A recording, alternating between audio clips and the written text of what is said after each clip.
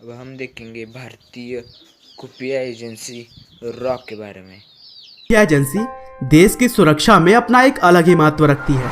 चाहे हम बात करें विदेशी गतिविधियों पर नजर रखने की या फिर आतंकी साजिश का पता लगाने की, हर काम में यह एजेंसियां सक्रिय रहती हैं।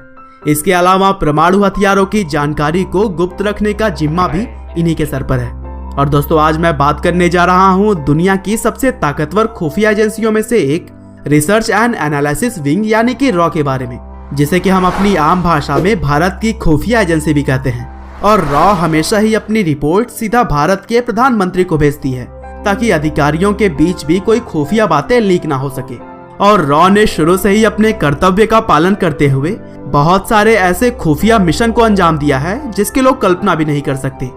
और कुछ इसी तरह के खुफिया मिशन के बारे में हम आगे इस वीडियो में बात करेंगे, लेकिन चलिए उससे पहले हम जान लेते हैं कि आखिरकार कब और क्यों रॉ का गठन किया गया।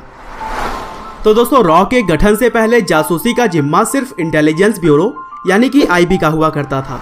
1947 में आजादी के बाद संजीव पिल्लई इंटेलिजेंस ब्यूरो के पहले इंडियन डायरेक्टर बने और भारत के लिए काम करना शुरू कर दिया। और फिर धीरे धीरे समय बीतता गया और 1962 में भारत और चीन के बीच युद्ध हुआ, जिसमें भारत को चीन के हाथों हार का सामना करना पड़ा।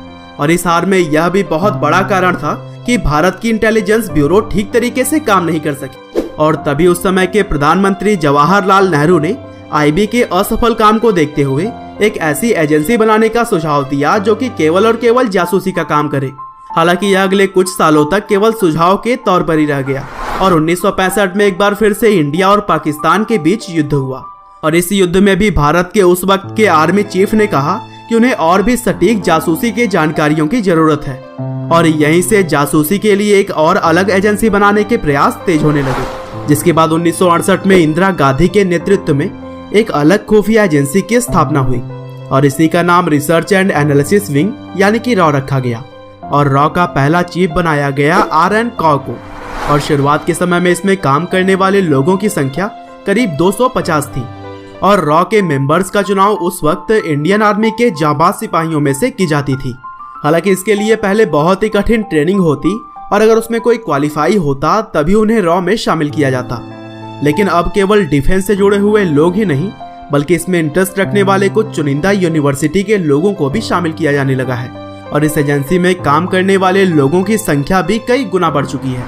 और अलग अलग क्षेत्रों में अच्छे तरीके से काम करने के लिए अब रॉ की 5 चाइल्ड एजेंसी भी है, जैसे the aviation research centre, national technical research organisation, electronics and technical services, radio research centre और स्पेशल फ्रंटलाइनर फोर्स। और दोस्तों, भारत की खुफिया एजेंसी रॉ ने कुछ ऐसे खतरनाक मिशनों को अंजाम दिया है जिसकी जानकारी आज भी बहुत ही कम लोगों को हो पाई है।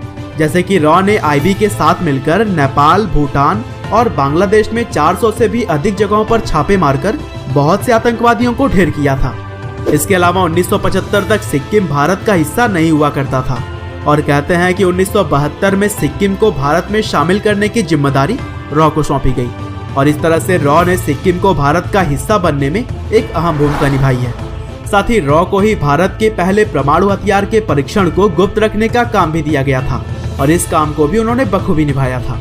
और इन सब के अलावा रॉ ने operation Meghdoot, operation Kahuta, operation cactus और ऑपरेशन चाणक्य की तरह ही कई सारे मिशनों को सफलतापूर्वक अंजाम दिया है। वहीं कारगिल युद्ध के समय भी रॉ ने पाकिस्तान के परवेज मुशर्रफ की पाकिस्तान आर्मी चीफ के साथ की गई कॉल को रिकॉर्ड कर लिया था और बाद में इस कॉल को ही बतौर सबूत पाकिस्तान के खिलाफ युद्ध की शुरुआत करने के लिए इस्तेमाल किया गया।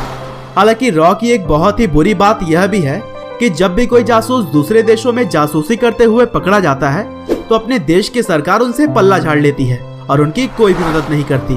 यहाँ तक कि मृत्यु के बाद भारतीय जासूसों को अपने वतन की मिट्टी तक नसीब नहीं होती। और कुछ ऐसा ही हुआ था भारत के जासूस रविंद्र कौशिक के साथ। तो दोस्तों, यह थी कहानी भारत के खुफिया एजेंसी रॉ की। उम्मीद है कि आपको यह वीडियो जरूर पसंद आई होगी। आपका बहुमूल्य समय देने के लिए बहुत बहुत धन्यवाद।